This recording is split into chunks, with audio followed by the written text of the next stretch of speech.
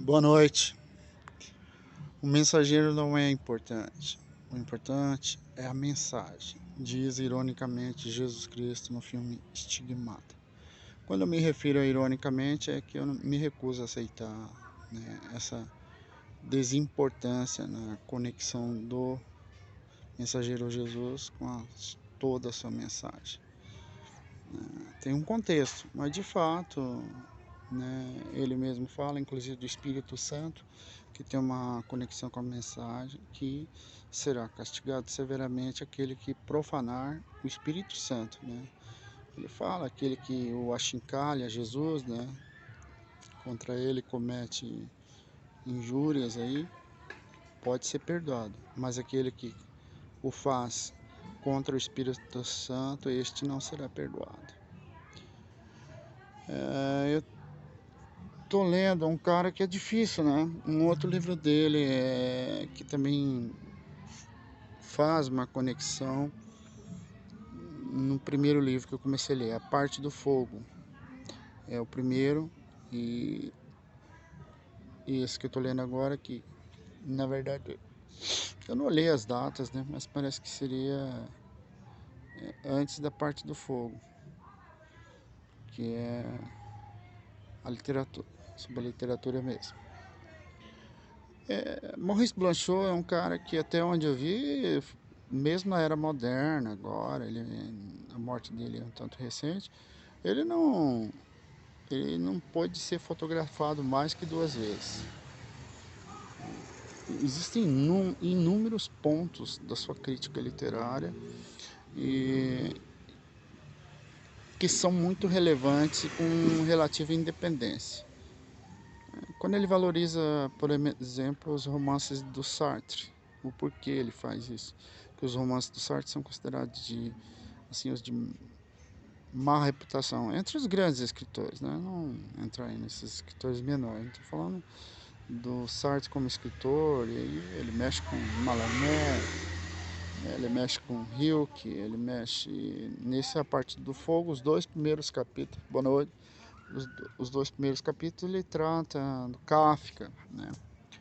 Ele vai em Moraux, ele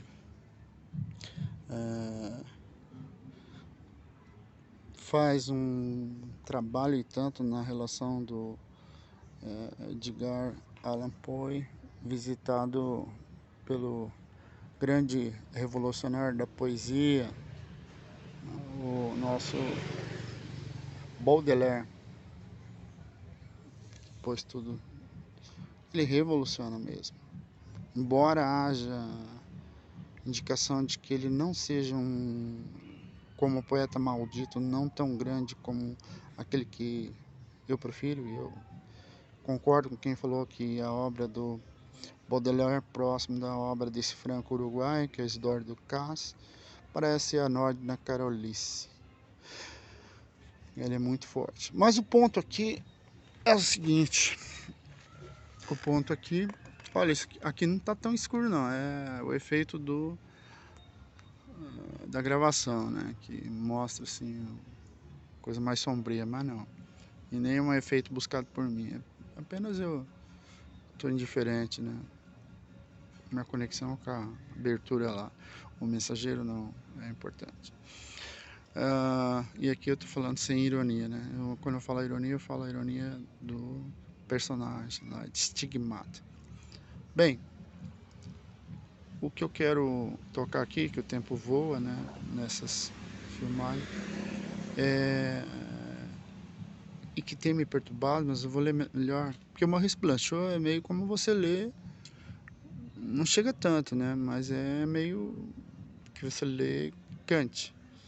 Bem, que você faz um tratamento de leitura de parágrafo a parágrafo, você fica ali confuso muitas vezes. Então tem que ler, reler, reler para você.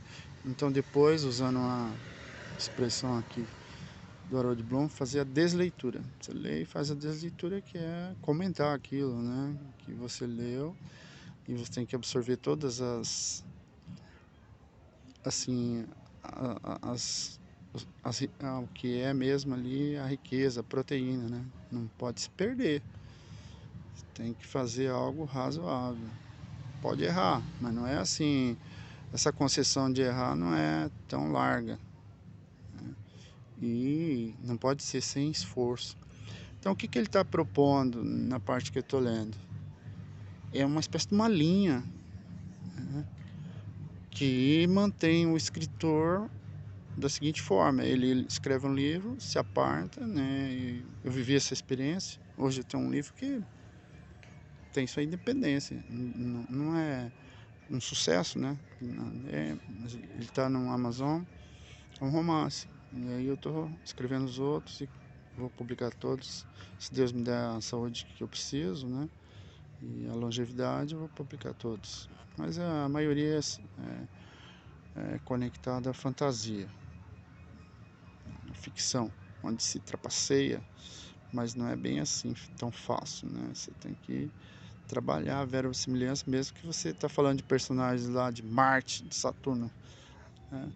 Mesmo que você está falando do Saci, tem que haver, que é um dos meus livros, né? Saci e os Dragões, tem que haver verossimilhança. Você não pode chegar e essa autorização não é tão assim, larga, tão aberta. E ele propõe essa linha que, na verdade, o escritor retorna no outro livro, e resumindo aqui que eu reli até o momento, que vou publicar depois, se houver novos raciocínios, é que uma coisa meio ligada à eternidade, né? Não esse lance metafísico de eternidade também. Há um mistério aí. E a minha proposta para o metafísico é que é uma blindagem que nem mesmo todos os investigadores filosóficos, científicos, tudo que se viu de sério, não tem nada, né? Não aparece. A lei é muito forte. Há alienígenas entre nós. Eu tô vendo Jesus do teu lado. Não sei o que, não sei o que. Tudo isso é fantasia mesmo, né? A fé, falando línguas, não sei o que. É a fé, né? No campo da fé, tal, né? E é metafísica. A fé tem em seu campo a metafísica. Eu não creio que isso seja tão fácil de aparecer, né? Nos meus 60 anos me mostraram isso, e olha que eu vivi muito, né? E solidão de matas, e busquei até em algum momento, e conheci muita gente que buscou, e conheço, não viu nada, nunca viu nada mesmo. E os grandes depoimentos são assim bastante severos nisso, bastante rigorosos nisso. Nunca vi nada. Só que eu não duvido que exista. Porém, é tão blindado que tudo que se tem na sociedade, vamos colocar a antropologia, né, no universo antropológico, não apresenta nada não. É uma dimensão muito bem guardada, né? Aí falando da realidade, o Maurice Blanchot é desconcertante. E eu vou trabalhar bem para poder falar nesse tema, né? De que você volta sempre na obra, e outra obra, mas com o mesmo. Eu vou verificar, porque ele é um crítico, assim, dos maiores de todos os tempos. Para mim, se a gente for ver o rigor, a aplicação, a seriedade, eu acho que suplanta o romântico Harold Bloom, embora eu prefira muito mais ler o Harold Bloom, muito mais gostoso, tal. Mas mais ou menos, não é que é muito, mano, porque também o Maurice Blanchot é como se beber aquele vinho zero doce, né? Mas é como se da fruta, da uva já tá o vinho ali, uma coisa muito boa, muito boa. E se ele tem a paixão dele, ela é suplantada pelo rigor dele em apresentar os aspectos todos da leitura, né? Ele trabalha nesse livro